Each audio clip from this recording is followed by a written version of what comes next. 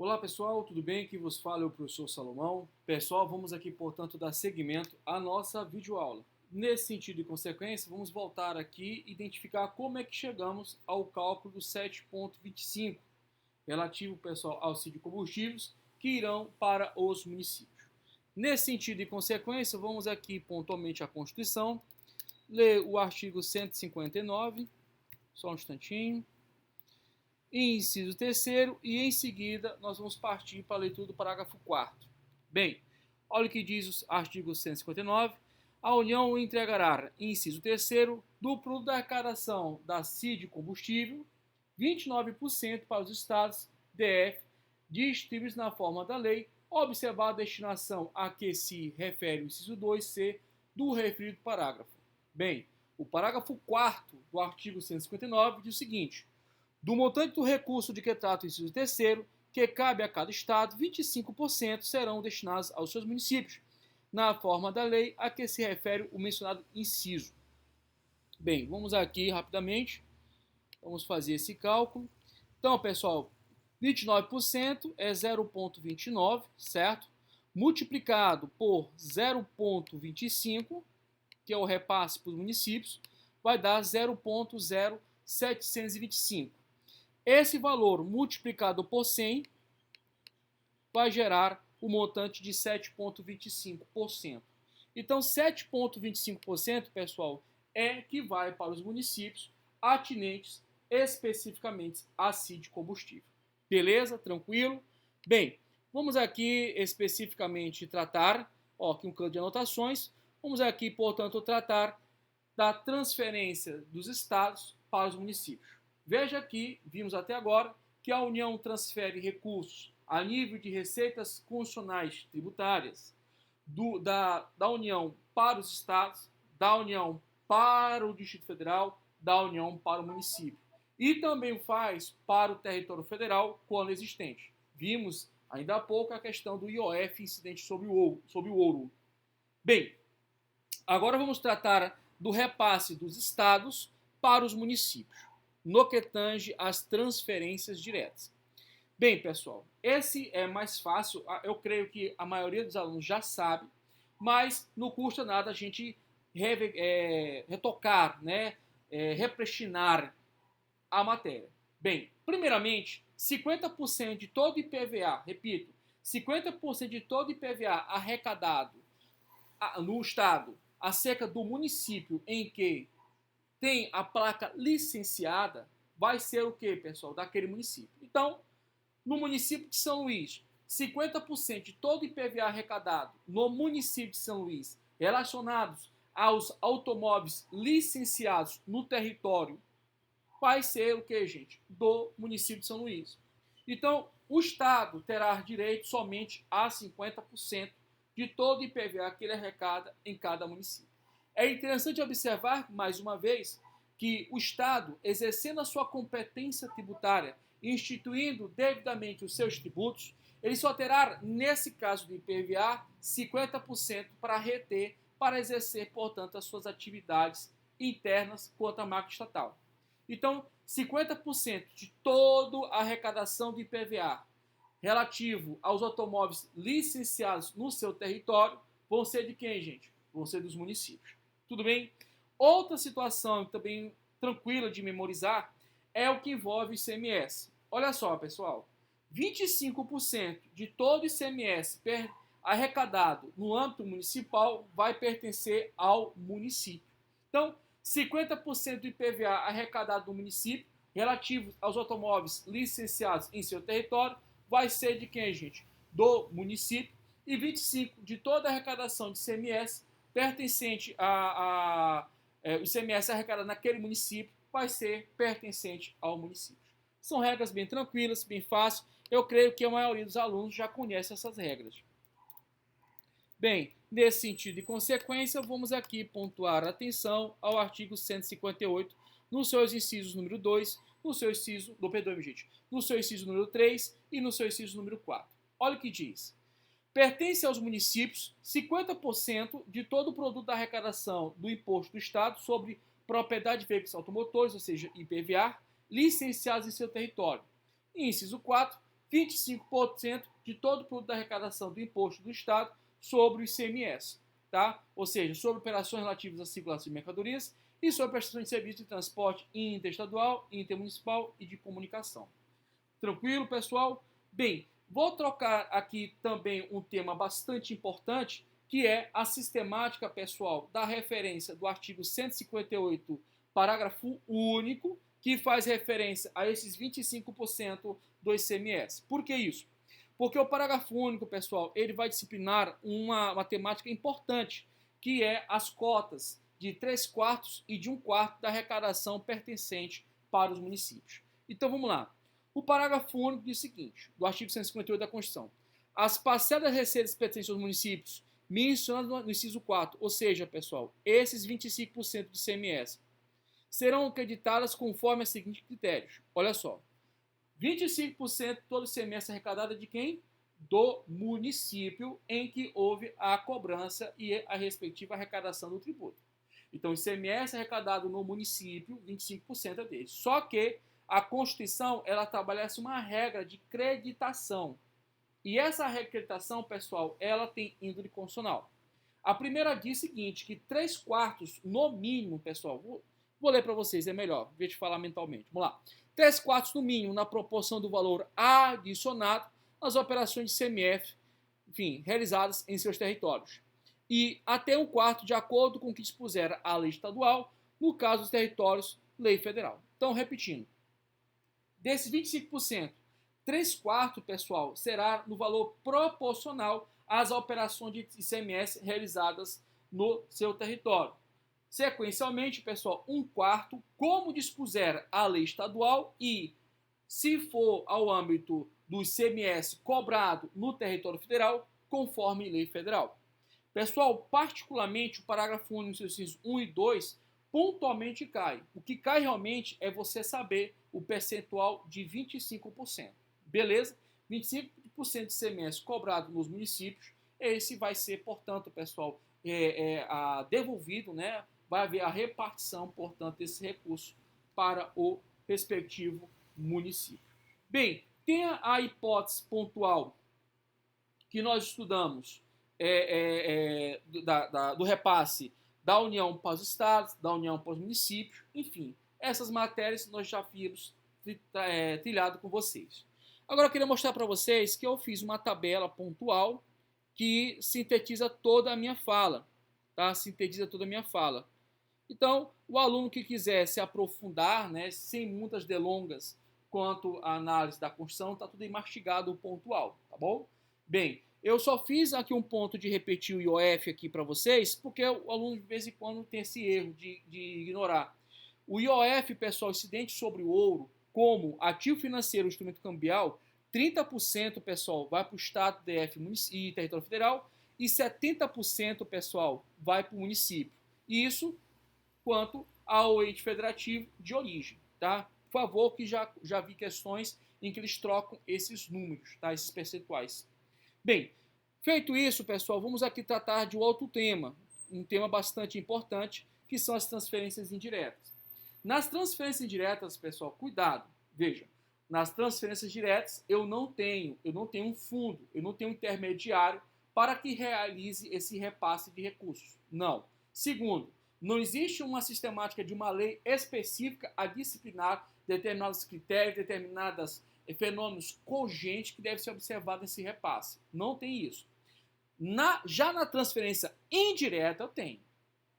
Então, o que eu vou fazer para vocês? Eu vou direto ao ponto desses principais casos de transferência indireta. Eu não vou esgotar realmente o tema, mas eu vou tangenciar para vocês os principais casos em que envolve transferências indiretas. Bem, pessoal, respeitando o tradicionalismo, vamos aqui pontualmente ao artigo 159, inciso 1, artigo 159, inciso 1 da Constituição, que aí eu vou reverberar a atenção à linha número A. Vamos lá. A União integrará do produto da arrecadação do imposto sobre a renda e provavelmente de qualquer natureza e sobre IPI, 49% da seguinte forma. Veja, pessoal, que boa parte do que eu vou citar para vocês, excetuando o Fundeb, são recursos oriundos do imposto de renda e recursos oriundos do IPI, tá ok? Vamos lá. Então, Do produto do imposto de renda e do IPI, olha só, 49% será distribuído da seguinte forma. Vamos lá. 21 inteiros e 5 décimos de por cento para o Fundo de Participação dos Estados e do Distrito Federal. E 22 inteiros e 5 décimos de por cento no Fundo de Participação dos Municípios.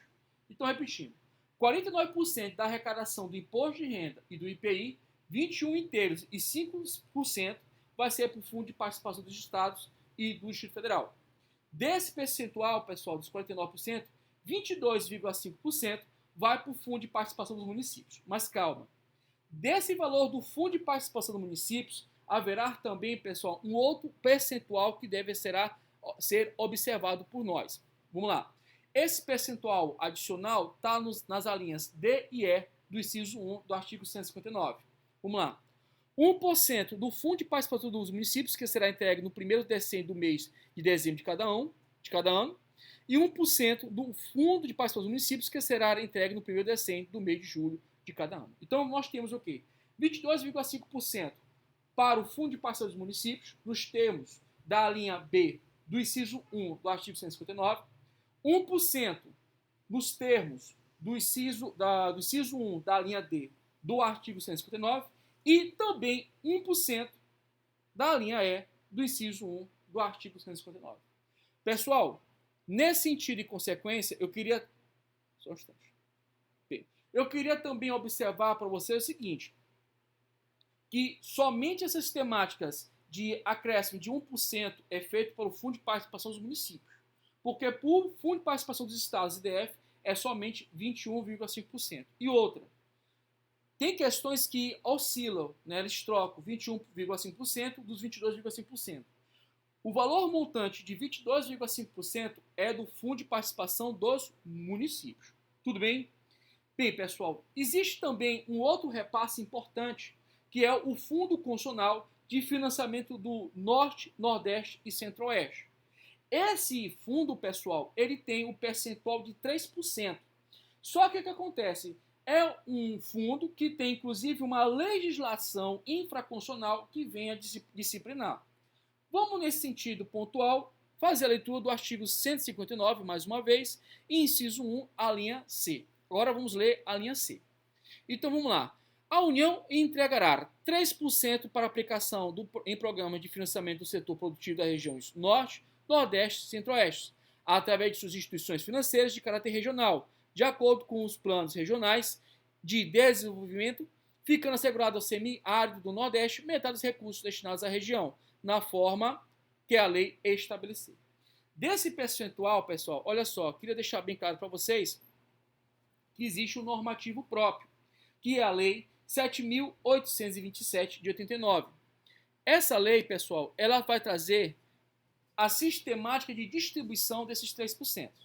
Então vamos lá. Pela Lei 7.827 de 1939, nós temos o seguinte, no seu artigo 6º, inciso 1. 13% do produto da arrecadação do imposto sobre renda e proventos de qualquer natureza e do imposto sobre produtos industrializados, entregues pela União na forma do artigo 159, inciso 1, a linha C, que é aquele que a gente leu, da Constituição Federal. E aí vem o seguinte, gente, parágrafo único. Nos casos de recursos previstos no inciso 1 deste artigo, será observada a seguinte distribuição, ou seja, dentro desses valores que foram repassados, haverá a seguinte observância de distribuição. Veja só, 6 décimos, ou seja, 0,6% para o Fundo Constitucional de Financiamento do Nordeste, 1 inteiro e 8 décimos, ou seja, 1,8% para o Fundo Constitucional de Financiamento do Nordeste e 6 décimos, ou seja, 0,6% para o Fundo Constitucional de Financiamento do Centro-Oeste. Então, repetindo, pessoal, 3% desses recursos relacionados ao imposto de renda, relacionados, pessoal, pontualmente ao IPI, vão ser destinados para o quê, gente? Vão ser destinados especificamente para o Fundo Constitucional de Financiamento do Norte, Nordeste e Centro-Oeste. Sendo que 0,6% vai ser para o Fundo Constitucional de Financiamento do Norte, desses 3%. 1,8% vai ser, pessoal, por cento para o Fundo Constitucional de Financiamento do Nordeste e 6 décimos, ou seja, 0,6% para o Fundo Constitucional de Financiamento do Centro-Oeste. Beleza, pessoal? Tranquilo? Bem, dando seguimento à nossa trajetória, nós temos o Fundo de Compensação pela exportação de produtos industrializados. Inclusive, pessoal, faz atenção pontual à Lei Complementar 61 de 89. O percentual que é atinente a esse fundo que é formado, pessoal, é daquele do IPI exportação, de 10%. Então, nesse sentido de consequência, é só relembrar a literatura do artigo 159, inciso 2 da Constituição. Então, repetindo, do IPI exportação, ele vai formar, pessoal, o Fundo de Compensação pela Exportação de Produtos Industrializados, que inclusive a sigla é FEPEX. A FPEX, né, FEPEX, FPEX, FEPEX, o percentual é de 10% desse IPI exportação, conforme determinação dada pelo artigo 159, inciso 2, combinado pela Lei Complementar 61 de 89. Bem, para finalizar, pessoal, nós temos um fundo maior, que é o Fundeb. Esse fundo, ele é multifacetário de ingressos de receitas. Não somente há um ou outro tributo, no caso do imposto de renda do IPI. Existe uma série de tributos, inclusive de repasses, que vão fomentar o Fundeb. O Fundeb, pessoal, só para a gente poder entender um pouco, o Fundeb ele é composto, portanto, de impostos arrecadados e de algumas transferências, pessoal, de fundos e são, portanto, fomentados para a educação no que tange a educação básica e também para o fomento da atividade exercida pelo profissional do professor. Você vai encontrar nesse fundo, pessoal, olha só, deixei aqui inclusive do site oficial do Fundeb, olha só, Fundo de Participação dos Estados, Fundo de Participação dos Municípios, o próprio ICMS ou o IPI Exportação. Há desonerações de exportações, sequencialmente o TCMD e PVA, a cota daqueles 50% do ITR vai ser incidente sobre aqui e a complementação da União. Todos os demais recursos, excetuando a complementação da União, pessoal, o percentual de incidência é de 20%. Somente a complementação da União é do percentual de 10%, tá? Não custa nada lembrar, pessoal, novamente, acerca do Fundeb, a seguinte referência. Todo recurso que vai para a Fundeb, ele é afetado, pessoal. Ele tem uma destinação bem clara e translúcida. Mesmo que haja uma predestinação lícita, seja para custear a saúde, seja para custear, pessoal, vamos supor aqui pontual, o ensino universitário superior, um professor do ensino superior. Não, o Fundeb tem aquele destino pontual. No caso pontual que aconteceu no Maranhão, foram 3 escritórios de advocacia que atuaram para a defesa das prefeituras quanto à arrecadação do Fundeb. Evidentemente, nesse caso, tiveram êxito e estavam cobrando 20% desse valor repassado do Fundeb. Só que acontece, pessoal, o Tribunal de Contas da União, juntamente com o Ministério Público e, sequencialmente, os órgãos de justiça, né, o Poder Judiciário, eles questionaram esse tipo de transferências para pagamento de honorários advocatícios. E, não obstante, a princípio, o contrato de prestação de serviço de advocacia esteja dentro dos parâmetros legais, mas, em razão da afetação do recurso do Fundeb, jamais poderia ter sido utilizado para pagamento de honorários advocatícios. Bem, nesse sentido de consequência, eu encerro, portanto, pessoal, a primeira temática atinente ao que tange especificamente a essas transferências diretas e indiretas. Eu só queria assinalar um ponto importante que nós vamos daqui a pouco, inclusive, tangenciar acerca dos impostos, só para deixar a minha deixa para vocês, que é um ponto interessante. No próximo material de vocês, eu irei, inclusive, colocar uma questão que caiu no exame de ordem na segunda fase de direito constitucional. Tem uma questão objetiva que eu vou colocar na bateria de questões para vocês. Eu vou focar logo nessa questão pontual na nossa próxima aula, porque justamente ela reverbera algumas discussões. Primeiro ponto de análise, pessoal. Estamos falando totalmente aqui com vocês repasses de receitas públicas tributárias. É isso que nós estamos trabalhando com vocês. Transferências diretas e transferências indiretas. Mas no que reverbera os impostos, nós temos que entender que os impostos, e aí eu estou falando dos impostos estaduais, municipais, federais, os impostos, eles são tributos não vinculados. Por quê, pessoal? São tributos cuja incidência independe, pessoal, de uma contraprestação estatal, de um comportamento por parte do contribuinte relacionado a uma contraprestação estatal. Não se trata, por exemplo, de você pagar um imposto porque você teve coleta de lixo. Não se faz referência a você pagar um imposto porque teve uma obra pública realizada e teve uma valorização do seu imóvel. Não tem nada a ver com isso. Por isso que os impostos são tributos não vinculados. Agora veja, pessoal, na mesma toada, os impostos, com medida de regra constitucional, são tributos de arrecadação não vinculada.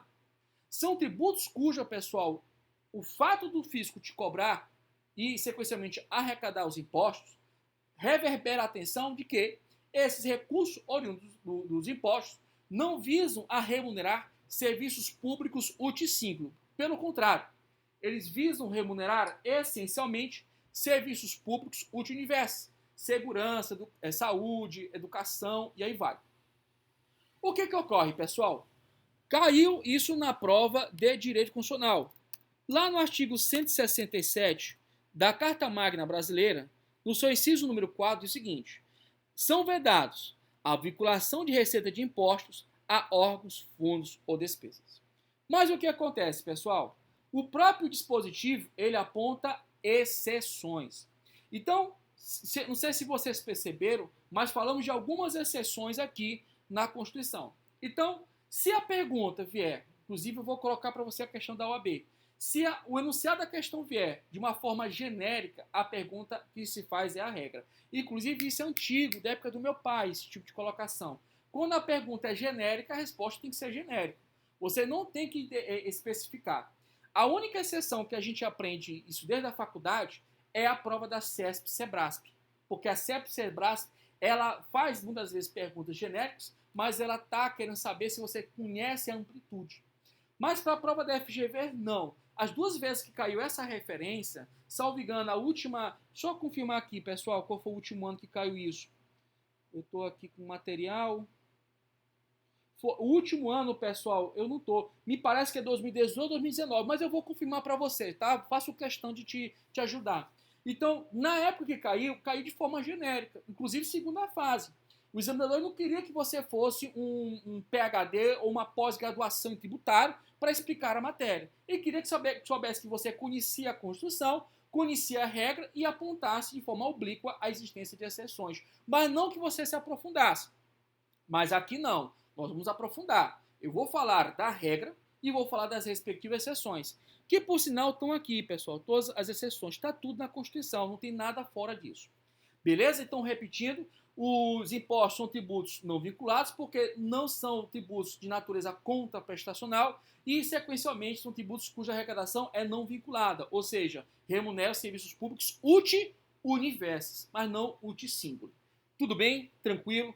Meus queridos e queridas, muito obrigado, tá? Eu peço desculpas qualquer coisa, agradeço essencialmente a tua participação. Geralmente o pessoal pede para deixar o like no início, né? Deixar o like, compartilhar, mas eu peço no final. Então, faço o pedido para você, se valeu a pena, que você deixe um like, compartilhe a videoaula, viabilize que esse canal seja acessado para outras pessoas interessadas. Eu tenho certeza que isso vai ajudar muita gente. Eu te desejo um bom dia, boa tarde, boa noite. Te aguardo no próximo vídeo, que vai ser atinente à nossa aula número 3. Um grande abraço a todos, fique com Deus, até a próxima, se Deus quiser. E não esqueça, Deus, realizações. Um grande abraço e até mais.